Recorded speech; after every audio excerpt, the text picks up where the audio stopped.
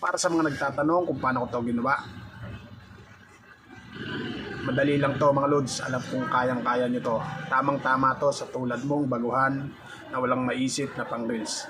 Tara, let's go. Umpisahan po natin sa CapCut mga lods. Halimbawa po meron na po tayo na add na video dyan. Focus po tayo sa pagtalon ng ating karakter. Yung habang nasa ere po siya, tigil po tayo dyan. Then itap po natin para ma-highlights. Saka po natin piliin yung split sa baba. Then yung sobra po niyan, delete po natin. Ngayon po, stay lang po natin dyan yung playhead o yung puting guhit na yan.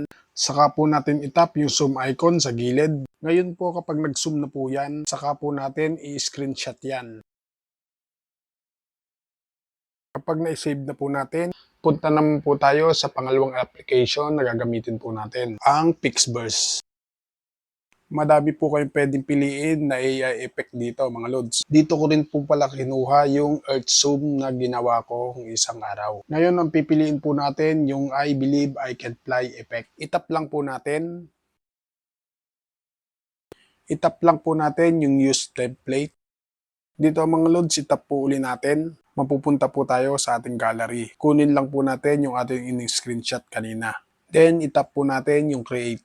Antayin lang po natin mag-generate yan mga lods. Kapag goods na, isave na po natin to mga lods o i-download na po natin. Pag goods na, punta po tayo sa ating gallery. Then, balik po tayo sa ating CapCut.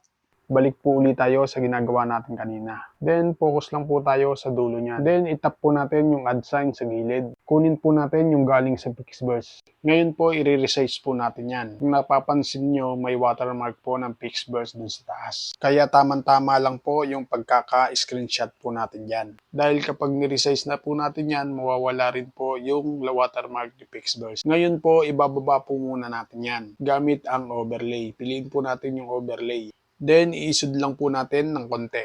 Tapos po, saka po natin i-resize. Medyo i-zoom lang po natin. Ipapatay po natin yan dun sa original na video. Finally, kapag all goods na po, ready to export na po natin to mga lods. Para sa mga baguhan, sana po nasundan.